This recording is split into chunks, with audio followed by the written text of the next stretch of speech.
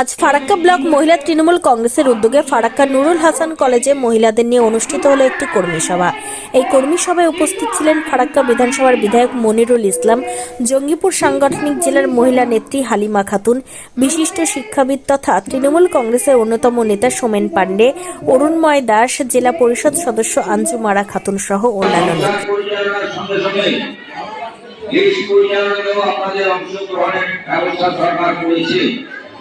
যার জন্য পঞ্চায়েতে 3 বারে একবার না হয়েছি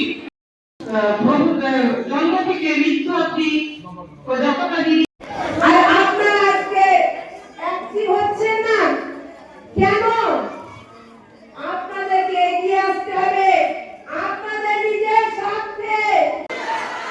মমতা ব্যানার্জি তৃণমূল কংগ্রেস, তৃণমূল কংগ্রেস, তৃণমূল কংগ্রেস, অভিষেক ব্যানার্জি, অভিষেক ব্যানার্জি, অভিষেক ব্যানার্জি, জয় হিন্দ।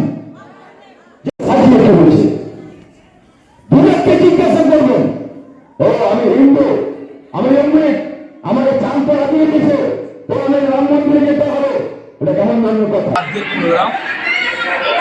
আমাদের জঙ্গিপুর সাংগঠনিক জেলা সভাপতি হালিমাটি এখানে এসেছিলেন, প্রোগ্রাম থেকে মেয়েদের নিয়ে। আপনারা জানেন 2011 সালে মামাটি মানুষের সরকার মমতা ব্যানার্জি যখন বাংলার মানুষ